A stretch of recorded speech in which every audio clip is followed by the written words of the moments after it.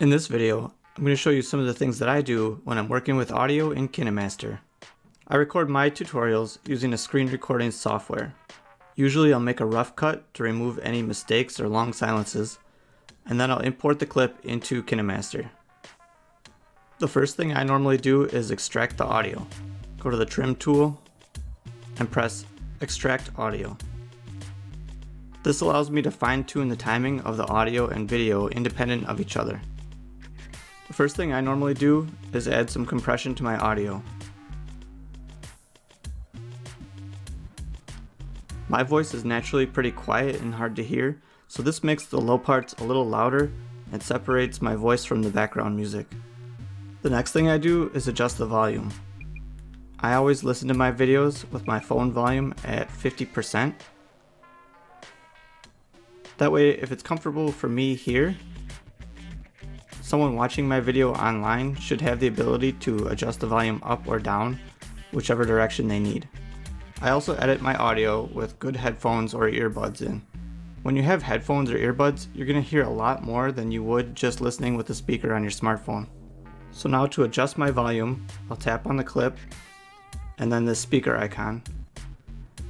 And most of the time I'll end up increasing the volume a little bit. You can use the audio meter built into Kinemaster to see where your levels are.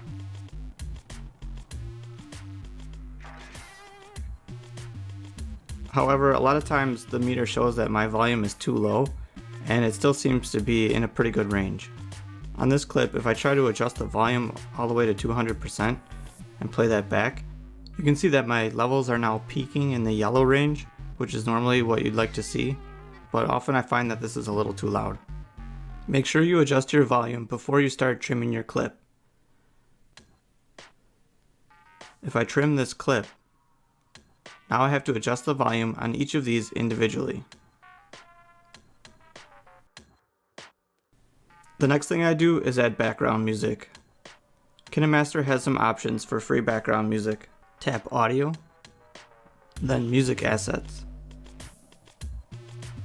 This is where all the music that I've downloaded from the asset store is saved. To find new music, tap on the asset store icon. In the asset store, there's this music library. These tracks are for non-commercial use on videos uploaded to YouTube. If you haven't subscribed to Kinemaster, using this music will actually allow you to remove the watermark. The trade-off is that there will be ads on your videos and you won't be able to monetize them.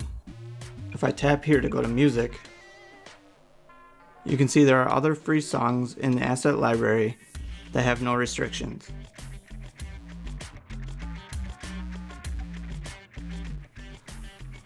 And there are also some sound effects. If you want to import music from another source, you might find it in a different folder, such as Download. To add this music, tap on the title, and then the plus icon. For my background music, I'll take the volume all the way down to about 10%.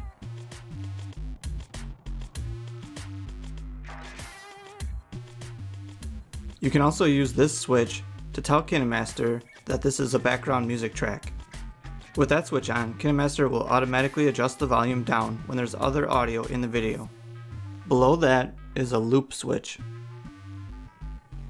This is helpful if your music track is shorter than your video. Using a pinch to zoom motion, I'll zoom out so I can see the entire timeline. Now when I select loop, I can extend the duration of this music track and it will just repeat.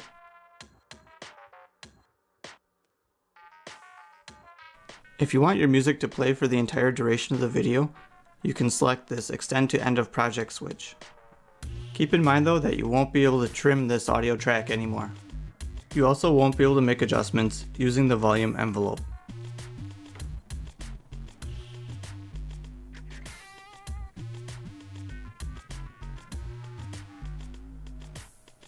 For that reason, I sometimes find it's easier to duplicate a music track rather than looping it.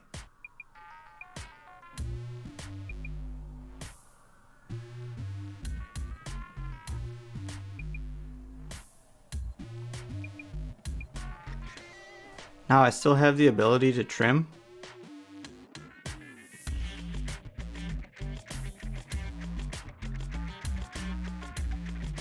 and I can use the volume envelope.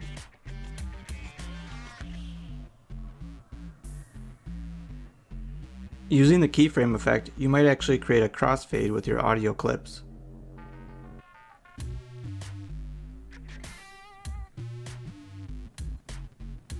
Select the first clip and tap the envelope icon, then set a keyframe. Go to the end of the clip and bring your volume down to 0.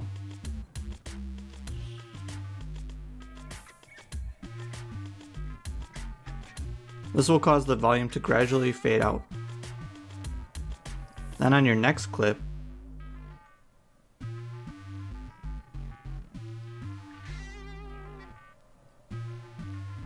set a keyframe where the other audio clip ends, go back to the beginning, and turn it down to 0. If you're editing your video to the timing of a music track, it can be helpful to add markers where there's significant beats in the music. Just tap on the playhead to add a marker. If you need to make a precise edit, don't forget you can zoom in on the timeline. Markers can also be helpful for adding sound effects. If you want to put a sound effect at a certain point, you can long press on the playhead and go to one of your markers. Now I'll tap Audio,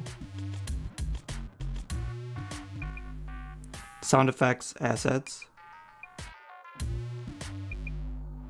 and I'll tap Get Sound Effects. Go to the Sound Effects tab,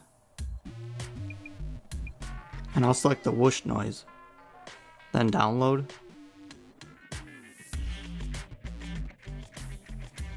then I'll tap the X, and I'll select the high whoosh noise.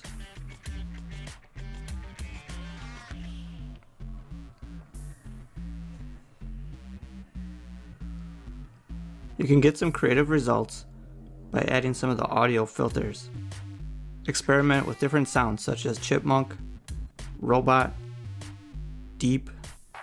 All of these filters look like they were designed for voice audio, but they'll work on sound effects too. That's all the audio tips I have for you in this video. If you like this tutorial, there's plenty more where that came from in my Kinemaster playlist. And don't forget to subscribe to my channel.